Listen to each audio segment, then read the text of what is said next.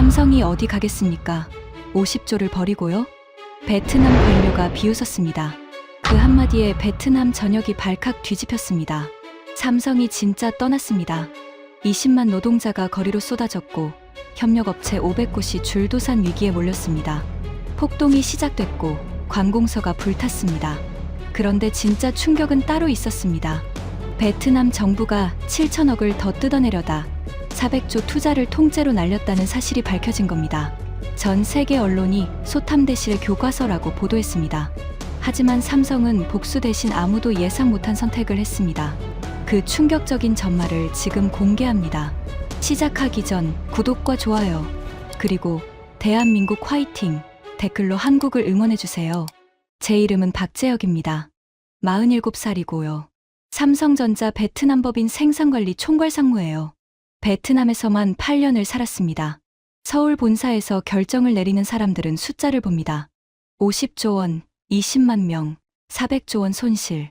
하지만 저는 얼굴을 봐요.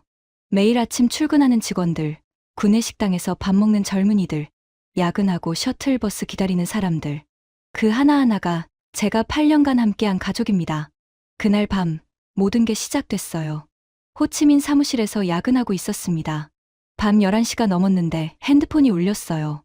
본사 전략실장님이었죠. 재혁아, 지금 메일 확인해봐. 목소리가 무거웠습니다. 심상치 않은 느낌에 바로 노트북을 열었어요. 암호화된 파일이 와 있었습니다. 열어보는 순간 심장이 쿵 내려앉았어요. 중앙정부의 세제 인상 방침이었습니다. 7천억 원. 약속했던 감면 혜택을 전부 무시한 일방적인 인상안이었죠. 저는 화면을 보면서 이를 악물었습니다. 이건 단순히 세금 문제가 아니었어요. 신뢰의 붕괴였습니다. 실장님, 이거 확정입니까? 내일 공식 통보 온다. 대응 시나리오 준비해. 전화가 끊겼습니다. 저는 창밖을 바라봤어요. 호치민의 야경이 반짝이고 있었습니다. 8년 동안 정들었던 도시였죠. 그런데 그 불빛들이 갑자기 낯설게 느껴졌어요. 저 불빛 하나하나가 누군가의 삶입니다. 공장에서 일하는 직원들, 협력업체 사장님들, 그 가족들. 20만 명이라는 숫자가 아니라 20만 개의 인생이에요. 만약 우리가 떠나면 저 불빛들은 어떻게 될까? 그날 밤 잠을 이루지 못했습니다. 새벽 4시까지 시나리오를 검토했어요. 최악의 경우, 최선의 경우, 그 사이의 모든 가능성을 따져봤습니다. 하지만 어떤 시나리오에도 좋은 결말은 없었어요. 아침 7시에 출근했습니다. 평소보다 1시간 일찍이었죠. 공장 정문을 지나는데 직원들이 출근하고 있었어요. 웃으면서 인사하는 젊은이들, 335 모여서 수다 떠는 아주머니들. 아무도 몰랐습니다. 폭풍이 다가오고 있다는 걸요. 사무실에 들어서자마자 응우엠 부장이 달려왔어요. 베트남인 중간 관리자인데 현지 직원 500명을 관리하는 사람이죠. 상무님, 뭔가 이상합니다. 아침부터 정부 쪽에서 연락이 계속 오는데 분위기가 심상치 않아요. 저는 표정을 감추며 대답했습니다. 오후에 회의 잡혀 있어. 그때 알게 될 거야. 응우엠 부장의 얼굴에 불안이 스쳤어요. 하지만 더 물어보지 않았습니다. 저도 아직 말할 수 없었으니까요. 오전 내내 마음이 무거웠습니다. 회의 자료를 검토하면서도 집중이 안 됐어요. 창밖으로 공장 건물이 보였습니다. 저 안에서 2만 명이 일하고 있어요. 이 한 곳만 해도 2만 명입니다. 베트남 전체로 치면 20만 명이죠. 점심을 먹으러 구내식당에 갔습니다. 밥맛이 없었어요. 그런데 맞은편에 앉은 젊은 직원이 말을 걸었습니다. 상무님, 표정이 안 좋으세요. 무슨 일 있으세요? 린이었어요. 입사 5년차 라인 리더. 제가 가장 아끼는 직원 중 하나죠. 저는 억지로 웃었습니다. 아니야. 어젯밤에 잠을 못 자서 그래. 린은 고개를 갸웃거렸어요. 믿는 건지 아닌지 모르겠지만 더 캐묻지는 않았습니다. 오후 2시. 회의 시간이 다가왔습니다. 저는 심호흡을 하고 회의실로 향했어요. 베트남 산업부 관료들이 기다리고 있었습니다. 그리고 그 자리에서 저는 생애 가장 황당한 말을 듣게 됩니다. 회의실 문을 열자마자 분위기가 이상했습니다. 베트남 측 관료 5명이 이미 자리 잡고 있었어요. 가운데 앉은 사람이 응우엔 반민이었습니다. 산업부 투자국장이죠. 50대 초반의 날카로운 인상이었어요. 저는 자리에 앉으며 인사했습니다. 안녕하십니까. 박재혁입니다. 응우엔 국장이 고개를 까딱했어요. 미소도 없었습니다. 보통 때랑 달랐죠. 뭔가 단단히 작정하고 온 표정이었어요. 박상무, 바로 본론으로 들어가죠. 그가 서류를 꺼냈습니다. 저는 이미 그 내용을 알고 있었어요. 어젯밤 암호화된 파일로 받았으니까요. 하지만 직접 듣는 건 또 다른 충격이었습니다. 세제 혜택 조정안입니다. 기존 감면 약속은 전임 정부 시절 이야기예요. 현 정부의 방침은 다릅니다. 7천억 원. 숫자를 들으니까 가슴이 답답해졌습니다. 저는 최대한 침착하게 물었어요. 국장님, 이건 10년 계약 조건을 일방적으로 뒤집는 겁니다. 삼성이 50조 원을 투자한 근거가 그 약속이었습니다. 응우엔 국장이 피식 웃었어요. 그 웃음이 아직도 잊히지 않습니다. 50조 원이요? 그 돈이 어디 갑니까? 공장도 여기 있고, 설비도 여기 있고, 직원도 여기 있잖아요. 그가 테이블에 손을 얹으며 말했습니다. 삼성이 어디 가겠습니까? 50조를 버리고요? 심장이 쿵 뛰었어요.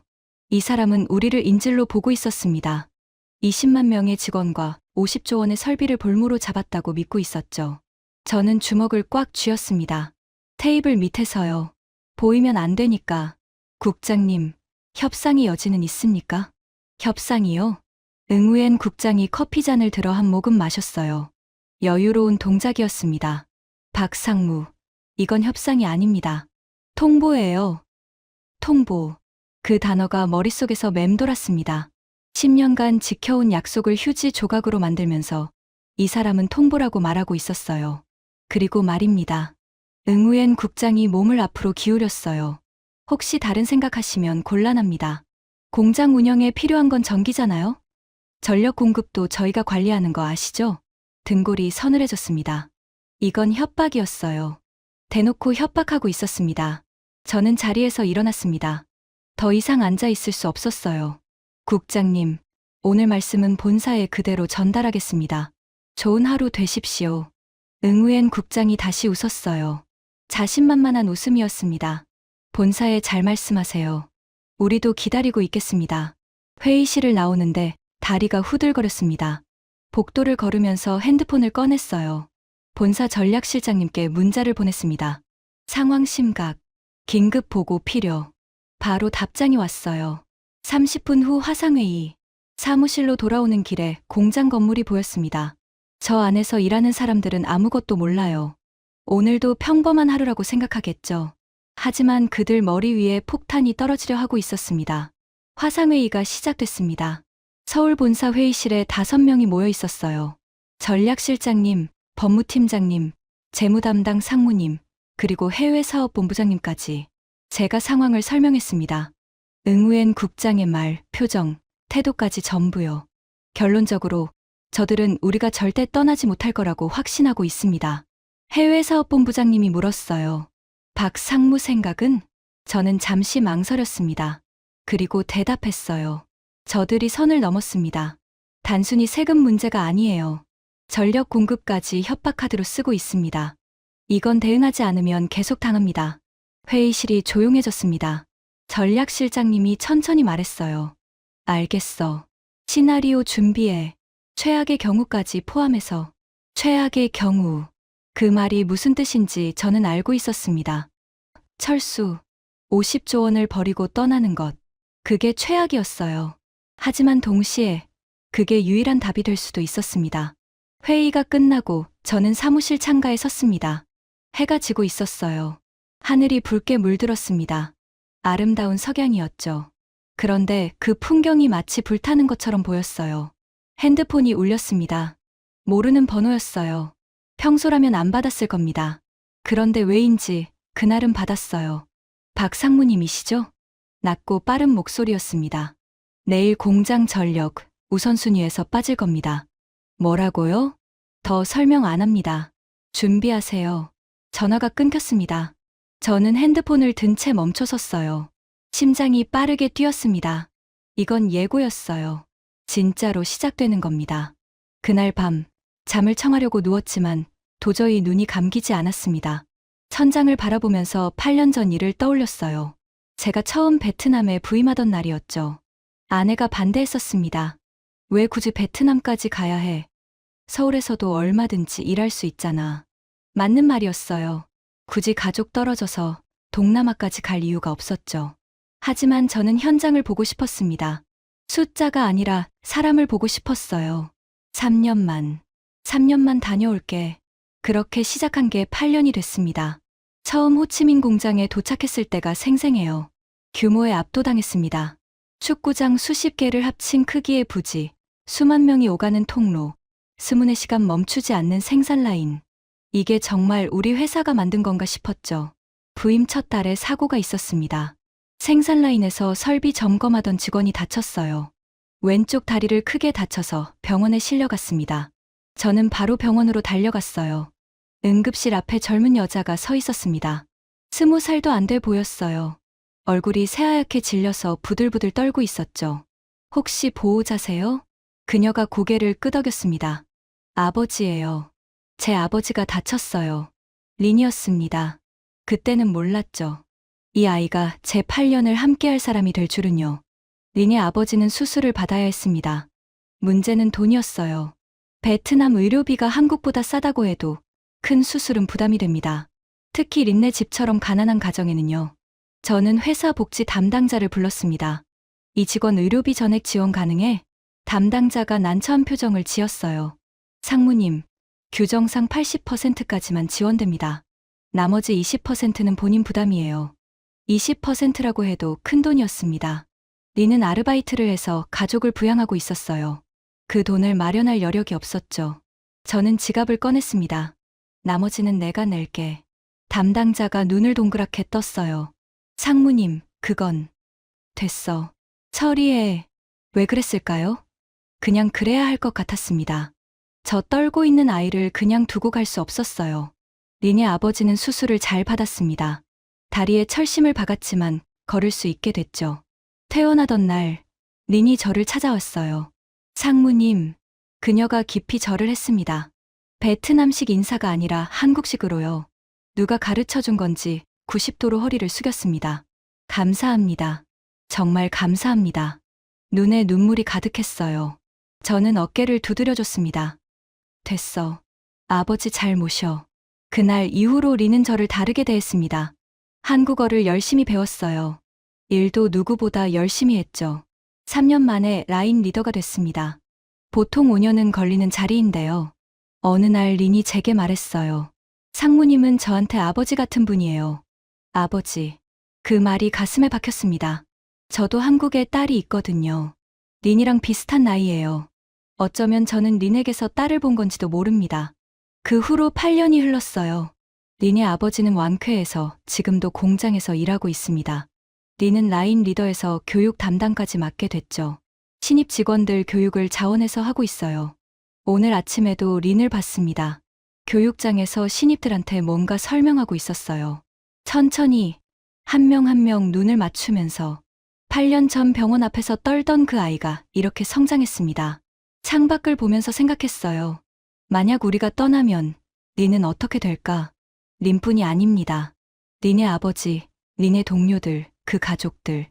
20만 명이에요. 20만 개의 인생. 본사에서는 숫자를 봅니다.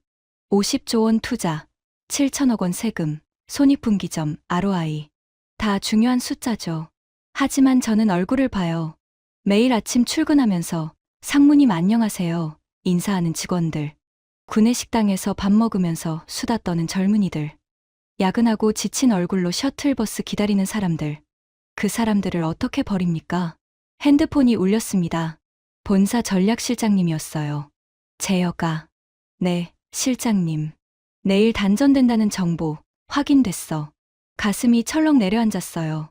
대비해. 비상발전기 점검하고 핵심 라인이라도 살릴 준비해.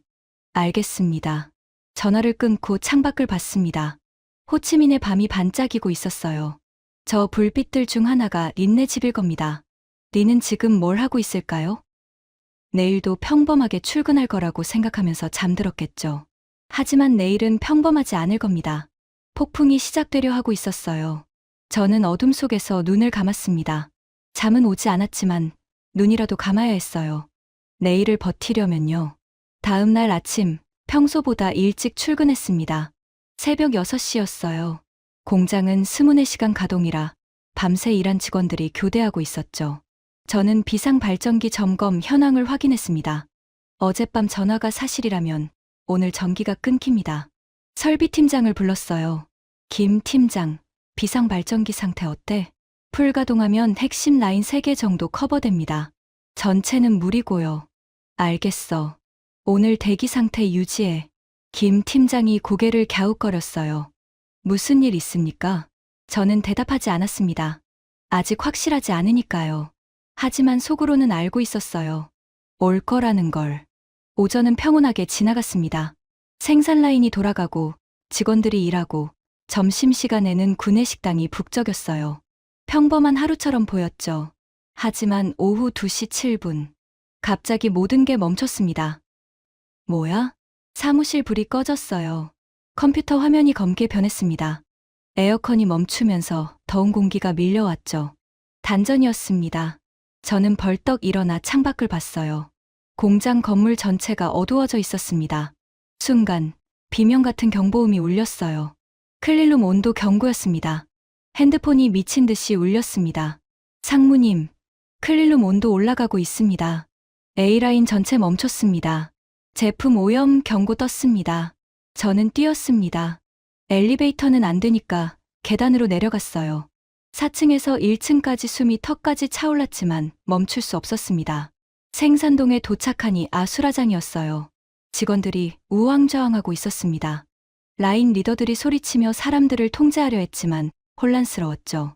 침착해. 비상 매뉴얼대로 움직여. 제가 소리쳤습니다. 하지만 목소리가 떨렸어요. 김 팀장이 달려왔습니다. 상무님, 비상 발전기 가동했는데 핵심 라인만 겨우 돌아갑니다. 클린룸은 온도 계속 올라가고 있어요. 반도체 공정은 섬세합니다. 클린룸 온도가 2도만 올라가도 불량이 나요. 지금 생산 중인 제품은 전부 폐기해야 할 수도 있었습니다. 저는 현지 전력공사에 전화했습니다. 여보세요, 삼성전자입니다. 공장 전력이 끊겼는데 상황이 어떻게 됩니까? 돌아온 대답은 황당했어요. 아, 폭염으로 전력 수급이 부족해서요. 국민 생활 전력이 우선이라 산업용은 순차 제한 중입니다. 복구 언제 됩니까? 글쎄요, 미정입니다. 미정. 저는 이를 악물었습니다. 이건 폭염 때문이 아니었어요. 어젯밤 전화가 떠올랐습니다. 예고된 협박이었죠. 시간이 흘렀습니다. 1시간, 2시간. 클린룸 온도는 계속 올라갔어요. 엔지니어들이 얼음을 가져다 놓고 선풍기를 돌리고 할 수 있는 건 다 했지만 역부족이었습니다. 오후 5시가 넘어서야 전력이 돌아왔어요. 하지만 이미 늦었습니다. 상무님, 오늘 생산분 전량 폐기입니다. 품질 팀장의 보고였어요. 저는 눈을 감았습니다. 손실이 얼마야? 대략 300억 정도 됩니다. 300억. 하루 만에 300억이 날아갔습니다. 그것도 우리 잘못이 아니라 정부의 협박 때문에요. 저녁에 본사와 긴급 화상회의를 했습니다. 화면 속 임원들의 표정이 굳어 있었어요. 재혁아, 이게 우발적 사고라고 생각해? 전략실장님이 물었습니다. 아닙니다. 어젯밤 경고 전화 받았습니다. 계획된 겁니다. 증거는 정황뿐입니다. 하지만 확실합니다. 회의실이 조용해졌어요. 해외사업본부장님이 천천히 말했습니다. 대응 시나리오 구체화해. 이게 계속되면 버틸 수 없어. 회의가 끝나고 저는 사무실에 홀로 남았습니다. 창밖은 이미 어두워져 있었어요. 핸드폰이 울렸습니다. 또 그 번호였어요. 박 상무님, 오늘 어떠셨습니까? 낮고 비웃는 목소리였습니다. 협조하시는 게 좋을 겁니다. 내일은 더 길어질 수도 있어요. 저는 냉정하게 대답했습니다. 기록하고 있습니다. 마음대로 하세요. 전화가 끊겼습니다. 저는 창밖을 바라봤어요. 호치민의 밤이 평화로워 보였습니다. 하지만 저는 알고 있었어요. 이건 시작에 불과하다는 걸. 그리고 예상대로 다음 날도 전기가 끊겼습니다. 이틀째 단전은 오전 10시에 시작됐습니다. 이번엔 경고도 없었어요. 갑자기 불이 꺼지고 기계가 멈췄습니다. 어제의 악몽이 반복됐죠. 저는 더 이상 전력공사에 전화하지 않았습니다. 소용없다는 걸 알았으니까요. 대신 직원들 통제에 집중했어요. 당황하지 마. 어제처럼 비상 매뉴얼대로. 하지만 분위기가 어제와 달랐습니다. 직원들 얼굴에 불안이 가득했어요. 소문이 돌기 시작한 거죠. 혹시 우리 회사 문제 있는 거 아니야? 공장 문 닫는 거 아니야? 린이 제게 다가왔습니다. 표정이 어두웠어요. 상무님, 직원들이 동요하고 있어요. 뭐라고 말해줘야 할까요? 저는 잠시 망설였습니다. 뭐라고 해야 할까? 거짓말을 할 수는 없었어요. 하지만 진실을 말할 수도 없었죠. 아직 결정된 건 없어. 그렇게 전해줘. 린이 고개를 끄덕였지만 눈빛은 여전히 불안해 보였습니다. 이틀째 단전은 6시간 동안 계속됐어요. 어제보다 2배 긴 시간이었습니다. 손실은 400억을 넘었죠. 누적 700억. 그날 밤, 저는 공장을 돌아봤습니다. 야간 근무조가 일하고 있었어요. 다들 지쳐 보였습니다. 불안한 눈빛으로 서로를 바라보고 있었죠. 한 젊은 직원이 제게 다가왔습니다. 상무님, 저희 해고되는 건가요? 22~23살쯤 돼 보이는 남자 직원이었어요. 목소리가 떨렸습니다. 아직 아무것도 결정 안 됐어. 하지만 소문은 소문일 뿐이야. 지금은 맡은 일에 집중해. 직원은 고개를 숙이고 돌아갔습니다. 하지만 제 말이 위로가 됐을지 모르겠어요. 저도 확신이 없었으니까요. 셋째 날. 이번엔 새벽 5시부터 끊겼습니다. 출근도 하기 전에요. 저는 새벽에 전화를 받고 공장으로 달려갔습니다. 도착하니 야간 근무조가 패닉 상태였어요. 8시간 넘게 일하다가 갑자기 전기가 끊긴 거죠. 비상 발전기. 이미 가동 중입니다. 하지만 비상 발전기용 연료도 한계가 있었습니다. 24시간 넘게 단전이 계속되면 발전기도 멈춰요. 저는 본사에 긴급 연락했습니다. 상황 심각합니다. 3일 연속 단전, 누적 손실 1,000억 넘었습니다. 전략실장님의 목소리가 무거웠어요. 알겠어. 오늘 중으로 방향 결정한다. 버텨. 그 말이 무겁게 느껴졌습니다. 셋째 날 단전은 10시간 동안 계속됐어요. 오후 3시가 넘어서야 겨우 전력이 돌아왔습니다. 하지만 이미 피해는 걷잡을 수 없었죠. 1,000억. 3일 만에 1,000억이 날아갔습니다. 그날 저녁 협력업체 사장님들이 찾아왔어요. 작은 회의실에 15명이 모였습니다. 다들 얼굴이 새파랗게 질려 있었죠. 박 상무님, 우리 어떻게 됩니까? 최 사장이 물었어요. 부품 공급업체 대표인데 직원이 600명입니다. 삼성 따라서 베트남까지 왔는데 이러다 다 죽습니다. 저는 대답할 말이 없었어요. 아직 결정된 거 없다는 말 그만 듣고 싶습니다. 다른 사장이 소리쳤어요. 눈이 충혈돼 있었습니다. 우리 직원들 가족이 있어요. 먹여 살려야 할 사람들이 있다고요. 확실하게 말해주세요. 삼성 떠나는 겁니까? 아닙니까? 저는 고개를 숙였습니다. 죄송합니다. 제가 결정할 수 있는 문제가 아닙니다. 회의실이 조용해졌어요. 최 사장이 한숨을 쉬었습니다. 박 상무님도 힘드시겠죠? 알겠습니다. 하지만 제발 빨리 결론 내주세요. 이 불확실함이 가장 힘듭니다. 사장님들이 떠나고 저는 빈 회의실에 홀로 남았습니다. 창밖을 바라봤어요. 해가 지고 있었습니다. 하늘이 붉게 물들었죠. 핸드폰이 울렸습니다. 본사 전략실장님이었어요. 재혁아. 네, 실장님.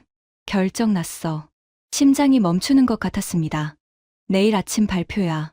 준비해. 무슨 결정입니까? 잠시 침묵이 흘렀어요.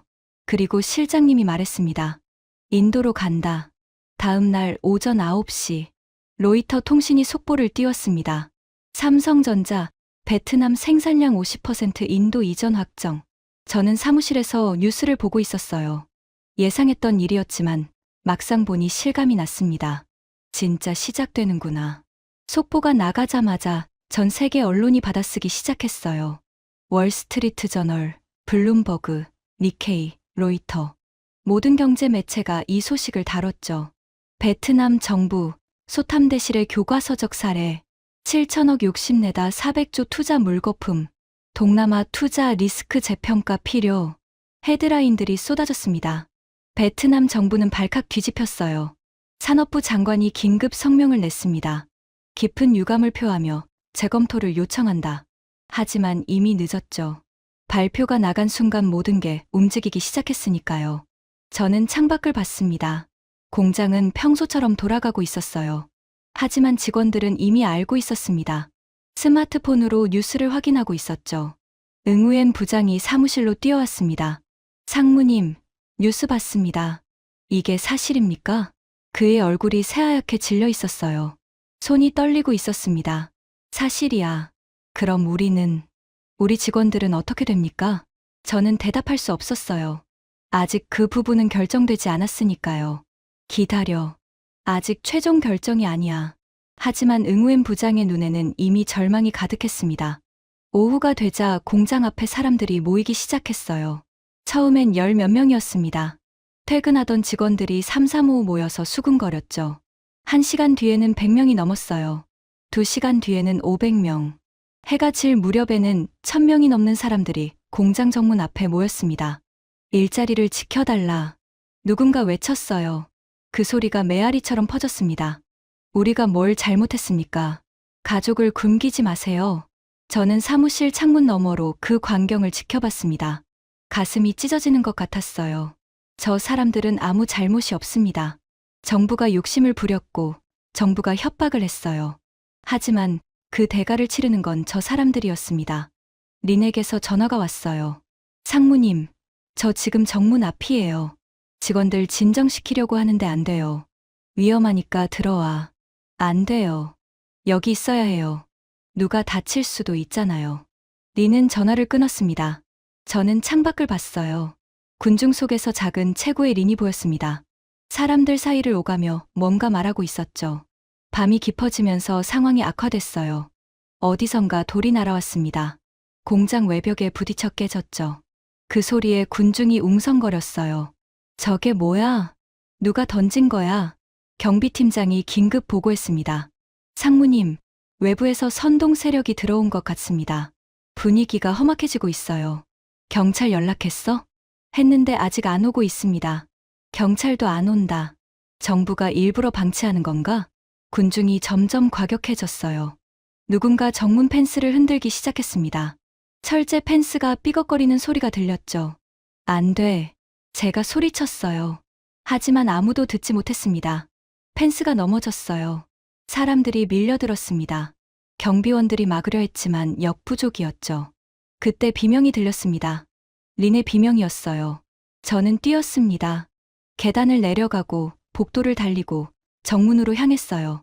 심장이 터질 것 같았지만 멈출 수 없었습니다. 정문에 도착하니 아수라장이었어요. 펜스가 넘어지고 사람들이 뒤엉켜 있었습니다. 고함 소리, 비명 소리, 유리 깨지는 소리가 뒤섞였죠. 린 어디야? 제가 소리쳤어요. 하지만 소음에 묻혀버렸습니다. 군중 사이를 헤집고 들어갔어요. 누군가 제 어깨를 밀쳤습니다. 넘어질 뻔했지만 중심을 잡았죠. 그때 봤어요. 린이 바닥에 쓰러져 있었습니다. 이마에서 피가 흐르고 있었어요. 펜스가 넘어지면서 맞은 것 같았습니다. 린, 저는 달려가 린을 안아들었어요. 의식은 있었지만 얼굴이 새하얗게 질려 있었습니다. 상무님, 말하지 마. 병원 가야 해. 저는 린을 업고 군중을 빠져나왔습니다. 경비원 한 명이 달려와 도와줬어요. 차에 태우고 병원으로 향했습니다. 응급실에 도착하니 이미 부상자들이 밀려들고 있었어요. 린은 다행히 크게 다치진 않았습니다. 이마를 네 반을 꿰매고 뇌진탕 검사를 받았죠. 의사가 말했어요. 크게 다친 건 아닌데 오늘 밤은 입원하셔야 합니다. 경과 관찰이 필요해요. 저는 고개를 끄덕였습니다. 린은 침대에 누워 천장을 바라보고 있었어요. 상무님, 공장은요? 걱정하지 마. 내가 먼저야. 린의 눈에 눈물이 고였습니다. 다 제 잘못이에요. 진정시키려고 했는데 못했어요. 네, 잘못 아니야. 아무도 막을 수 없었어. 저는 린의 손을 잡았어요. 차가웠습니다. 핸드폰이 울렸습니다. 응우엔 부장이었어요. 상무님, 상황 심각합니다. 폭동이 시내까지 번졌어요. 뭐라고? 관공서에 불 질렀습니다. 경찰이 출동했는데 막지 못하고 있어요. 군대까지 투입된다는 소문도 돌아요. 저는 병원 창밖을 봤습니다. 멀리서 연기가 피어오르고 있었어요. 사이렌 소리가 끊이지 않았죠. 시작됐구나. 정부가 오만함의 대가를 치르기 시작한 겁니다. 하지만 그 대가를 먼저 치르는 건 거리의 사람들이었어요. 다음 날 아침, 상황은 더 심각해졌습니다. 폭동이 호치민을 넘어 하노이, 다낭까지 번졌어요. 주요 도시마다 시위대가 거리로 나왔습니다. 정부가 우리를 버렸다. 일자리를 지켜라. CNN이 생중계를 시작했어요. 전 세계가 베트남을 지켜보고 있었습니다. 저는 병원에서 뉴스를 봤어요. 화면 속에서 사람들이 울부짖고 있었습니다. 한 중년 남성이 카메라 앞에서 말했어요. 저는 15년간 이 공장에서 일했습니다. 딸을 대학에 보냈어요. 집도 샀고요. 그런데 이제 다 사라진다고요? 이게 말이 됩니까? 그의 눈에는 눈물이 가득했습니다. 저는 화면을 끌 수 없었어요. 저 사람들의 고통을 외면할 수 없었습니다. 린이 물었어요. 상무님, 우리 어떻게 되는 거예요? 저는 대답하지 못했습니다. 아직 모르니까요. 하지만 한 가지는 확실했어요. 이대로 둘 수 없다. 병원 복도를 걸으면서 생각했습니다. 완전히 떠나면 어떻게 될까? 50조 원을 들고 철수하면 베트남 정부는 무너집니다. 경제가 마비되고 정권이 흔들리겠죠. 가장 확실한 복수예요. 하지만 그 복수의 대가를 누가 치를까? 정부가 아니에요. 거리의 사람들입니다. 린 같은 젊은이들, 15년간 일한 중년 남성들, 그들이 먼저 무너집니다. 린의 병실로 돌아갔어요. 린은 창밖을 바라보고 있었습니다. 이마에 붕대가 눈에 들어왔죠. 기나. 제가 부르자 린이 고개를 돌렸어요. 상무님, 아까 꿈을 꿨어요. 무슨 꿈? 8년 전이요. 아버지가 다쳐서 병원에 있을 때요. 저는 린 옆에 앉았습니다. 상무님이 오셨잖아요. 처음 보는 한국 사람이 병원에 와서 걱정된다고 하고 수술비까지 내주셨어요. 린의 눈에 눈물이 고였어요. 그때 생각했어요. 이 사람은 진짜 좋은 사람이구나. 우리랑 상관없는 외국인인데 왜 이렇게까지 해주지? 저는 아무 말도 하지 못했습니다. 그 후로 상무님은 제게 아버지 같은 분이었어요. 우리 아버지가 존경하는 유일한 사람이에요. 아버지가 항상 그래요. 박 상무님 덕분에 우리 가족이 살았다고. 린이 제 손을 잡았어요. 상무님, 제발 우리를 버리지 마세요. 그 말이 가슴에 박혔습니다. 저는 린의 손을 꽉 쥐었어요. 그리고 말했습니다. 버리지 않을게. 병원을 나와서 본사에 전화했습니다. 전략실장님이 받았어요. 실장님, 저 할 말 있습니다. 말해. 완전 철수는 안 됩니다. 잠시 침묵이 흘렀어요. 제여가 감정적으로 판단하면 안 돼. 사업적으로 봤을 때, 사업적으로 봐도 안 됩니다. 저는 목소리를 높였어요. 우리가 완전히 떠나면 베트남은 무너집니다. 그건 정부한테 복수가 되겠죠. 하지만 20만 명의 노동자도 같이 무너져요. 그 사람들이 뭔 죄가 있습니까? 그리고 우리가 노동자들까지 버리면 다른 나라들이 어떻게 볼까요? 삼성은 문제 생기면 다 버리고 떠나는 회사다. 그렇게 낙인 찍힙니다. 인도 가서도 똑같은 일 생길 수 있어요. 실장님이 한숨을 쉬었어요. 그럼 대안이 뭐야? 신규 물량은 인도로 보내세요. 그건 확정이에요. 정부한테 교훈을 줘야 하니까. 하지만 기존 공장은 유지하세요. 지금 일하는 20만 명은 지키는 겁니다. 그게 가능해? 가능합니다. 숫자 맞춰봤어요. 기존 물량 유지하면서 인력 감축 없이 운영 가능합니다. 다시 침묵이 흘렀어요.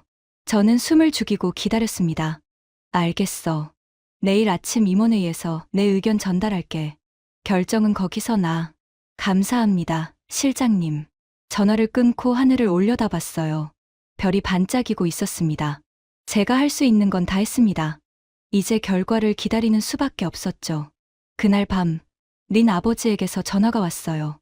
박 상무님, 린이가 다쳤다면서요? 괜찮습니까? 네, 크게 다친 건 아니에요.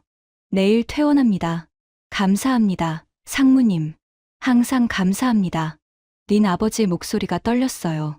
상무님, 한 가지만 여쭤봐도 됩니까? 네, 말씀하세요.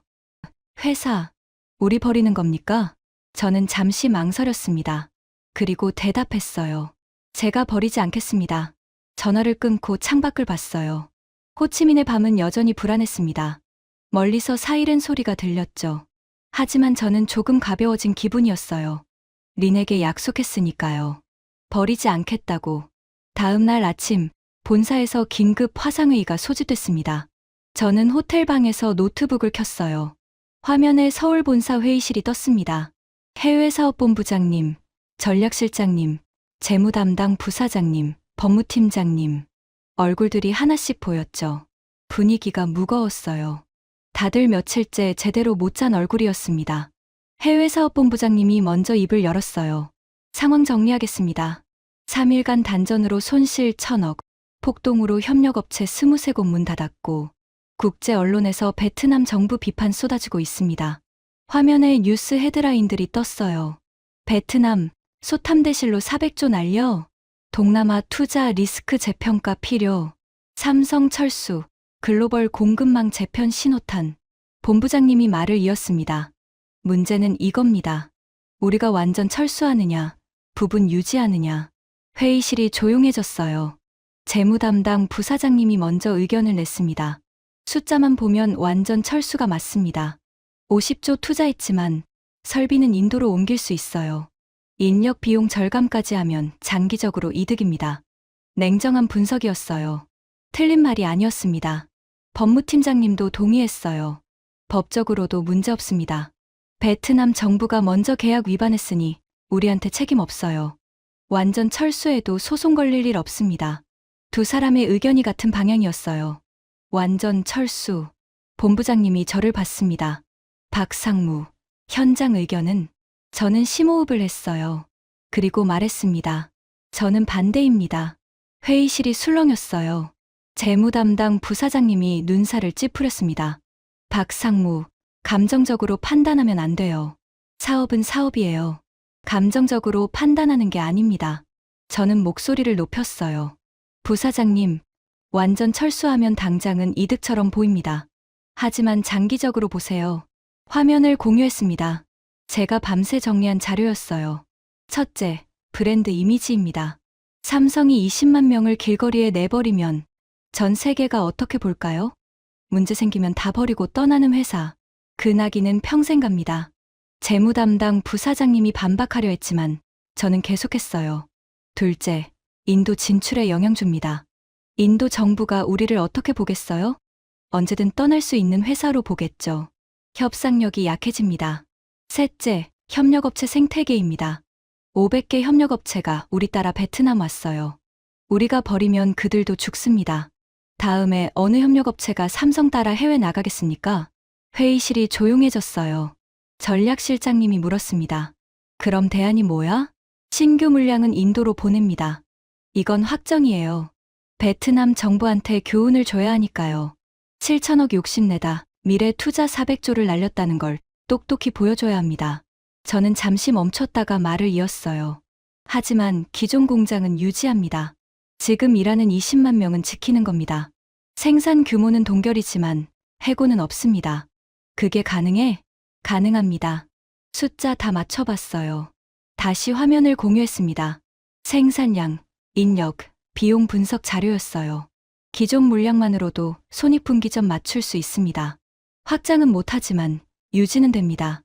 20만 명 월급 나갑니다. 회의실이 다시 조용해졌어요.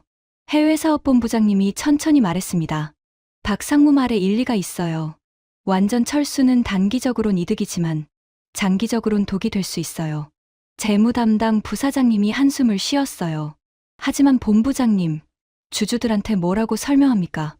왜 완전 철수 안 했냐고 물으면 저는 대답했습니다. 이렇게 설명하시면 됩니다. 삼성은 복수할 힘이 있었지만 원칙을 선택했다. 그게 삼성의 브랜드 가치다. 주주들도 이해할 겁니다. 잠시 침묵이 흘렀어요. 본부장님이 고개를 끄덕였습니다. 알겠어요. 투표합시다. 한 명씩 의견을 말했어요. 부분 유지, 부분 유지, 부분 유지.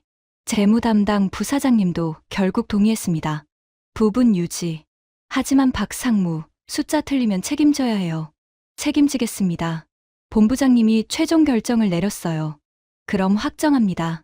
신규 물량 50%는 인도로 이전, 기존 공장과 인력 20만 명은 유지.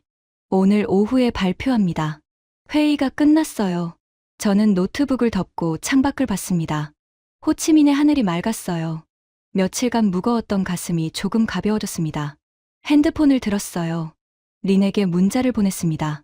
오후에 좋은 소식 있을 거야. 바로 답장이 왔어요. 정말요? 뭔데요? 기다려. 곧 알게 될 거야. 오후 3시 공장 게시판에 공지가 붙었습니다. 큰 글씨로 인쇄된 베트남어와 한국어였어요. 기존 인력 전원 고용 유지, 해고 없음, 생산 정상 가동. 저는 게시판에서 조금 떨어진 곳에 서서 지켜봤습니다. 처음엔 몇 명이 모였어요. 공지를 읽고 고개를 갸웃거렸죠. 정말인가? 하는 표정이었습니다. 그러다 점점 사람들이 몰렸어요. 10명, 20명, 50명. 소문이 퍼지면서 공장 곳곳에서 직원들이 달려왔습니다. 웅성거림이 커졌어요. 진짜야? 해고 안 한대. 우리 남는 거야? 누군가 울음을 터뜨렸습니다. 40대 중반으로 보이는 여성이었어요. 그녀가 무릎을 꿇으며 울었습니다. 옆에 있던 동료가 부축해서 일으켰죠. 됐어. 됐어. 우리 살았어. 직원들이 서로 껴안았습니다. 울음소리와 웃음소리가 뒤섞였어요.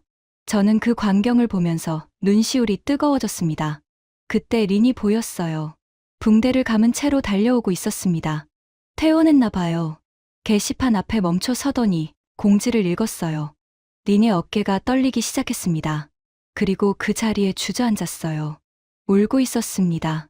소리 없이 어깨만 들썩이면서 저는 천천히 다가갔어요. 린아. 린이 고개를 들었습니다. 눈물 범벅이 된 얼굴이었어요. 상무님, 일어나. 제가 손을 내밀자 린이 잡았어요. 일으켜 세웠습니다. 린이 갑자기 저를 껴안았어요. 아무 말 없이 그냥 꽉 안았습니다. 감사합니다. 감사합니다, 상무님. 목소리가 떨렸어요. 약속 지켜주셔서 감사합니다. 저는 린의 등을 토닥였습니다. 목이 메어서 말이 나오지 않았어요. 잠시 후 린이 물러나며 말했습니다. 아버지한테 전화해야 해요. 아버지도 알아야 해요. 그래, 어서 전화해. 린이 핸드폰을 꺼내 전화를 걸었어요. 저는 조금 떨어져서 지켜봤습니다. 아버지, 나야, 린이. 뉴스 봤어? 우리 회사 안 떠나. 해고 없대. 전화 너머로 린 아버지의 목소리가 희미하게 들렸어요. 뭐라고 하는지는 몰랐지만 린이 계속 울면서 대답했습니다. 응, 진짜야. 박 상무님이 지켜줬어. 우리 아버지 같은 분이잖아. 그 말에 가슴이 뭉클해졌어요. 핸드폰이 울렸습니다. 협력업체 최 사장이었어요. 박 상무님. 목소리가 울먹였습니다. 뉴스 봤습니다. 고용 유지 확정됐다면서요? 네, 확정입니다. 감사합니다. 정말 감사합니다. 우리 600명이 살았습니다.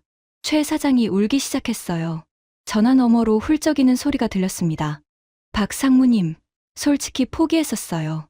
삼성이 떠나면 우리도 끝이라고 생각했어요. 근데 최 사장님, 우리가 왜 여기까지 같이 왔겠습니까? 같이 온 사람은 끝까지 같이 가는 겁니다. 감사합니다. 평생 잊지 않겠습니다. 전화를 끊고 하늘을 올려다봤어요. 해가 지고 있었습니다. 하늘이 붉게 물들었죠. 며칠 전에도 이런 석양을 봤어요. 그때는 불타는 것처럼 보였습니다. 하지만 오늘은 달랐어요. 따뜻했습니다. 응우엔 부장이 다가왔어요. 상무님, 응우엔. 감사합니다. 정말로요. 응우엔 부장이 깊이 절을 했습니다. 베트남식이 아니라 한국식으로요. 상무님이 아니었으면 우리 다 길거리에 앉았을 겁니다. 저는 응우엔 부장의 어깨를 두드렸어요. 내가 고마워. 8년간 고생 많았어. 저녁이 되자 공장 분위기가 완전히 바뀌었습니다. 아침까지만 해도 암울했던 얼굴들이 밝아졌어요. 여기저기서 웃음소리가 들렸습니다. 구내식당에서 즉석 파티가 열렸어요. 누가 준비했는지 케이크까지 있었습니다. 직원들이 모여서 노래를 부르고 춤을 추고 웃고 떠들었죠. 저는 구석에서 그 광경을 지켜봤습니다. 린이 다가왔어요. 상무님, 왜 거기 혼자 계세요? 같이 드세요. 됐어. 너희끼리 즐겨. 안 돼요. 오늘의 주인공인데. 린이 제 팔을 잡아 끌었어요. 저는 웃으면서 따라갔습니다. 직원들이 저를 보자 박수를 쳤어요. 상무님 만세! 누군가 외쳤습니다. 그 소리에 다들 따라 외쳤죠. 상무님 만세, 삼성 만세, 한국 만세. 저는 손을 흔들며 인사했어요. 부끄러웠지만 기뻤습니다. 그날 밤 혼자 사무실에 남았어요. 창밖을 바라봤습니다. 호치민의 야경이 반짝이고 있었어요. 8년간 봐온 풍경이었죠. 하지만 오늘은 유난히 아름다워 보였습니다. 복수는 쉬웠어요. 50조를 들고 완전히 떠나면 베트남 정부는 무너집니다. 그게 가장 확실한 복수였죠. 하지만 우리는 다른 길을 택했습니다. 교훈은 남기되 사람은 살리는 길. 신규 투자는 인도로 갑니다. 베트남 정부는 7천억 욕심내다 400조를 날렸어요. 그 교훈은 평생 잊지 못할 겁니다. 하지만 기존 20만 명의 일자리는 지켰습니다. 린 같은 젊은이들, 린 아버지 같은 가장들, 협력업체 600명. 그들은 아무 죄가 없으니까요. 한국 기업의 힘이 뭘까요? 돈이 아닙니다. 기술도 아니에요. 사람을 지키는 것, 복수할 힘이 있으면서도 원칙을 선택하는 것. 그게 진짜 힘입니다. 핸드폰이 울렸어요. 아내였습니다. 여보, 뉴스 봤어. 고생했어. 응, 이제 좀 됐어. 언제 들어와? 저는 창밖을 바라봤어요. 조금만 더 있다가. 여기 정리할 게 있어서. 알았어. 무리하지 마. 전화를 끊고 다시 야경을 봤습니다. 8년 전 아내가 물었어요. 왜 굳이 베트남까지 가야 하냐고. 이제 대답할 수 있을 것 같아요. 여기 사람들이 있으니까. 지켜야 할 사람들이 있으니까. 그게 제가 여기 있는 이유입니다. 지금까지 삼성 베트남 공장에서 벌어진 충격적인 이야기였습니다. 복수할 힘이 있으면서도 20만 명을 지킨 한국 기업. 이것이 바로 대한민국의 저력입니다. 여러분도 한국 기업이 자랑스러우셨다면 이 이야기를 널리 공유해주세요. 작은 공유가 대한민국의 위상을 높입니다. 구독과 좋아요, 알림 설정도 부탁드립니다. 여러분은 언제 한국 기업이 가장 자랑스러우셨나요? 댓글로 나눠주세요.